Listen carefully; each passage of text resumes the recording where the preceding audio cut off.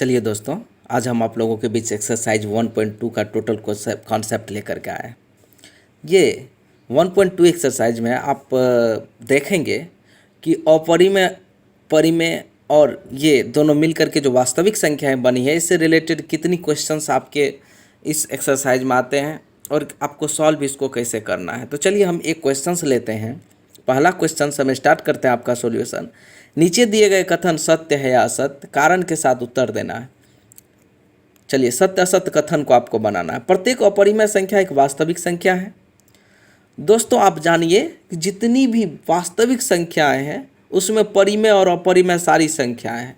हम अभी एक एग्जाम्पल आपको बताए थे कि ये जो बैग है इसमें रेशनल नंबर भी लीजिए, इरेशनल नंबर भी लीजिए और इरेशनल नंबर भी लीजिए।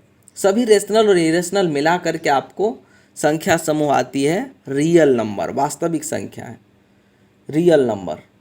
रेशनल और इरेशनल, परिमेय और अपरिमेय, इन सबों को अगर एक बैग में दे दिया जाए तो वे वास्तविक संख्या है।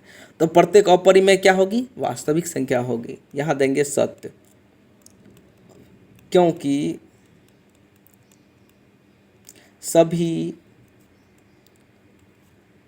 परिमेय एवं अपरिमेय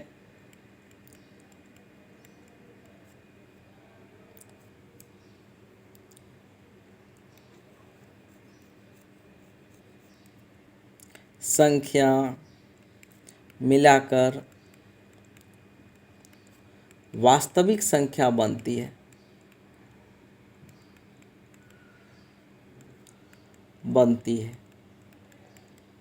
या सभी परिमेय और अपरिमेय संख्या वास्तविक संख्या है, ऐसा भी लिख सकते हैं। संख्या रेखा का प्रत्येक बिंदु रूट m के रूप का होता है, जहां m एक प्राकृत संख्या है। दोस्तों, ये असत्य कथन है। अब कैसे? पहले क्वेश्चन समझ लीजिए। संख्या रेखा का प्रत्येक बिंदु रूट m के रूप का होगा क्या? आप लीजिए, संख्या रेखा ले लिए, इस पर हम दर्शा रहे हैं रूट 9। रेखा पर 2 को रूट 2 लिख सकते हैं। यहाँ 2 लिए तो 2 को रूट 2 लिख सकते हैं, रूट 2 नहीं लिख सकते हैं 2 को। ये हमारा गलत स्टेटमेंट हो जाएगा। 2 को रूट 2 हम नहीं लिख सकते हैं। 2 और रूट 2 में डिफरेंस है, 2 नॉट इक्वल टू रूट 2। तो संख्या रेखा पर जितने भी बिंदु है वह रूट m के रूप का नहीं होगा। हाँ, अगर रूट 9 को लिखे तो 3 होता है, लेकिन 9 को रूट 9 आप नहीं लिख सकते हैं संख्या रेखा पर। तो जितने भी हैं लाइन एग्जाम्पल के रूप में, जितने भी नंबर्स हैं उसको संख्या रेखा पर रूट m के रूप का आप नहीं लिख सकते हैं। अगला क्वेश्चन है, प्रत्येक वास्तविक संख्या एक अपरिमेय संख्या होती है। प्रत्येक वास्तविक संख्या एक अपरिमेय संख्या होती है? नहीं दोस्तों, क्योंकि वास्तविक संख्या में परिमेय और अपरिमेय दोनों संख्या है। इसको असत्य बोलेंगे। और समझिए इन टॉपिकों को। लिखने के लिए आप अपने तरीक़ा से भी लिखना सीख सकते हैं, लिखने का प्रयास कीजिएगा आप। जितने भी वास्तविक संख्या है वे परिमेय और अपरिमेय, रेशनल और इरेशनल दोनों मिला करके रियल नंबर बना है। ओके, चलिए हमारा दूसरा क्वेश्चन से है कि क्या सभी धनात्मक पूर्णांक के वर्गमूल अपरिमेय होते हैं?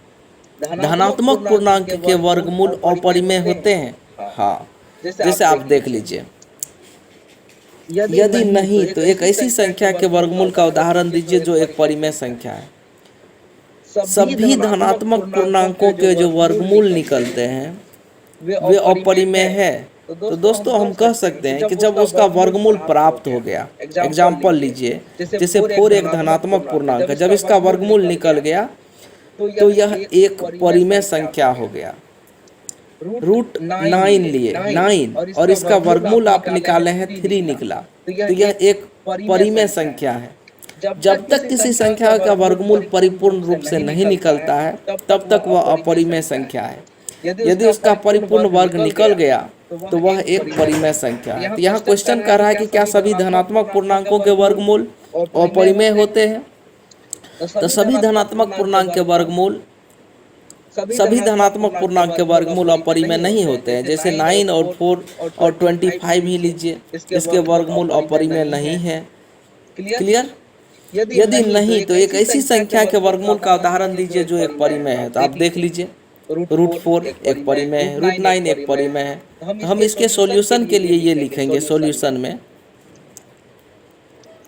पहले तो लिखेंगे नहीं, इस स्टेटमेंट में लिखेंगे नहीं, क्योंकि रूट 49 इक्वल टू 7 एक परिमेय संख्या है। क्लियर हो गया बात बच्चों? चलिए दिखाइए कि संख्या रेखा पर रूट 5 को किस प्रकार निरूपित किया जा सकता है। संख्या रेखा पर रूट 5 को किस प्रकार निरूपित किया जा सकता है, तो आपको हमने एग्जाम्पल में दिखाया था। चलिए हम एक्सरसाइज में भी आपको दिखा रहे हैं कि कैसे हम संख्या रेखा पर रूट 5 को दिखा सकते हैं। एक नंबर लाइन लीजिए, x डॉट, एक बिंदु इसमें लेंगे 0 या a ले लीजिए, दूसरा b लीजिए, इसके बीच का डिस्टेंस लीजिए 2 यूनिट का,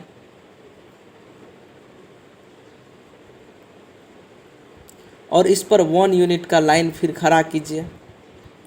फिर a से इसको मिलाइए, a को सेंटर मानिए और AC को रेडियस मानिए, और एक चाप खींचिए। यहाँ पर वैल्यू आएगा 2 का स्क्वायर 2, 1 का स्क्वायर 1, 2 स्क्वायर 2 है प्लस 1, 2 दूना 4 है, 1 5 रूट 5 आएगा। आपको पिछला वीडियो तो देखना ही होगा जिससे कि आपको सपोर्ट मिले इस एक्सरसाइज में। आप जितने भी एग्जाम्पल के सॉल्यूशन लिए हैं उसको एक बार देख लीजिएगा। तो 2 का स्क्वायर 4 और 1 का स्क्वायर 1, तो 4 प्लस 1 5 रूट 5, इसका वैल्यू निकल गया रूट 5। अर्थात संख्या रेखा पर आप इसका वैल्यू रखिए d। आप संख्या रेखा पर रूट 5 को दर्शा सकते हैं। ये आपके 3 नंबर का सॉल्यूशन है। 4 नंबर में देखिए, कक्षा के लिए क्रियाकलाप वर्गमूल सर्पिल। आपको एक सर्पिल बनाना है root 2, root 3, root 4, root 5, root 6 का। तो चलिए आप सर्पिल बना सकते हैं।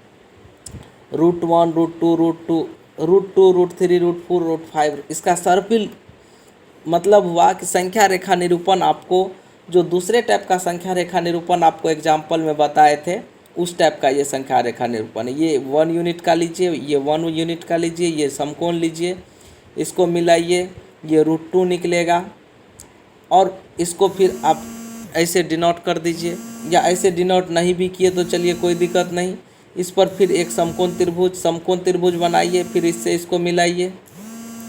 अब यहाँ रूट 3 लीजिए, फिर इस पर एक समकोण त्रिभुज बनाइए, यहाँ पर रूट 4 लीजिए, और ये सभी एक एक यूनिट का ही लाइन रहेगा, एक एक यूनिट का ही रहेगा। और इसको आप दर्शाते चलिए, डिनोट करते चलिए, ये संख्या रेखा पर डिनोट होते जाएंगे। ये रूट 2, रूट 3, रूट 4, ये ऐसे डिनोट होते जाएंगे। रूट 2 डिनोट हुए, रूट 3 डिनोट हुए, रूट 4 डिनोट हुए, रूट 5, ऐसा आपका डिनोशन होते रहेगा।